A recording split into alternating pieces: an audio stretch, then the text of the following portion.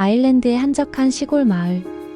짧은 문장과 섬세한 시선으로 세계 문학을 울린 작가 클레어 키건. 그녀의 작품은 길지 않습니다. 그러나 그 짧은 이야기 속에는 가난과 상처, 그리고 그럼에도 불구하고 피어나는 따뜻함이 있습니다. 오늘은 그녀의 새 작품 맡겨진 소녀, 이처럼 사소한 것들, 푸른 들판을 걷다를 따라가 보겠습니다. 세 편의 이야기 속에서 우리는 침묵, 친절, 그리고 자연이 지닌 힘을 만나게 될 것입니다. 첫 번째 책, 맡겨진 소녀. 주인공은 이름조차 없는 한 소녀입니다.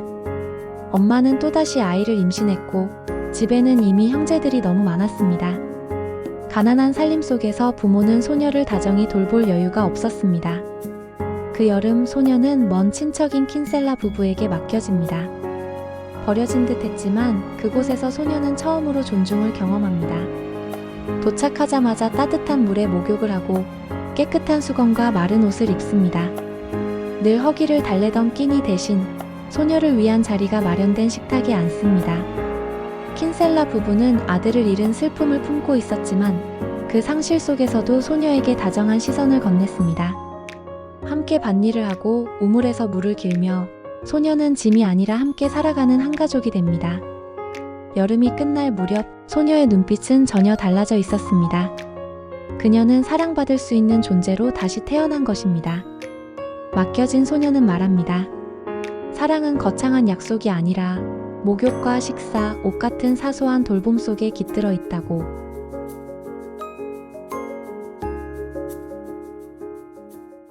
두 번째 책, 이처럼 사소한 것들.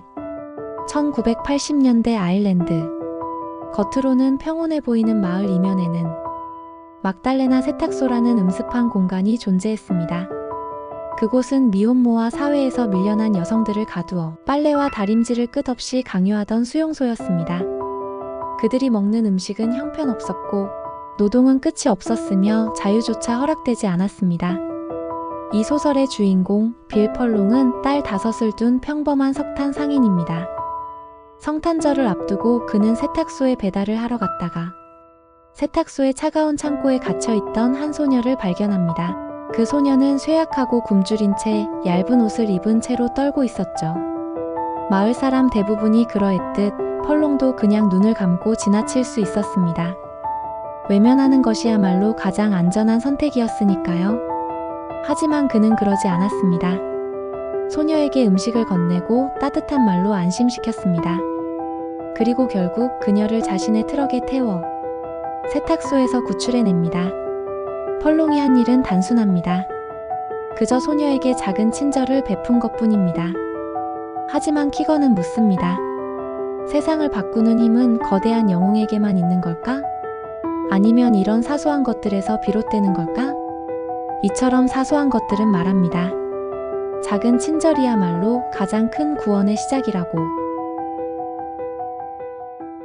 세 번째 책은 푸른 들판을 걷다입니다.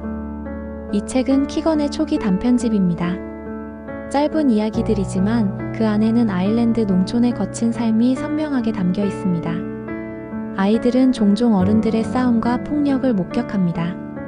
술에 취한 아버지가 손찌검을 하고 엄마는 감당하기 어려운 가난 속에서 분노를 쏟아냅니다.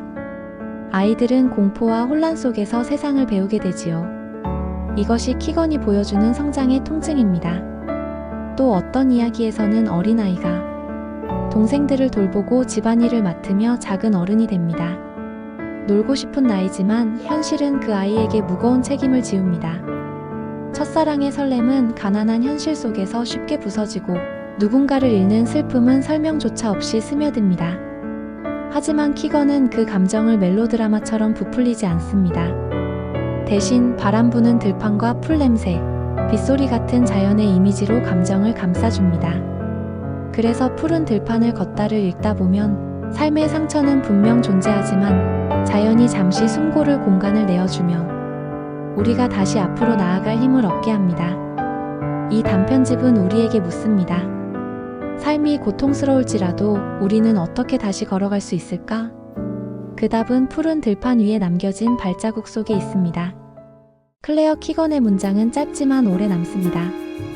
맡겨진 소녀는 돌봄 속에서 치유되는 사랑을, 이처럼 사소한 것들은 작은 친절이 세상을 바꾸는 순간을, 푸른 들판을 걷다는 자연이 주는 회복의 힘을 보여주었습니다. 침묵, 친절, 자연. 이 세 가지 빛이 우리 삶을 지탱합니다.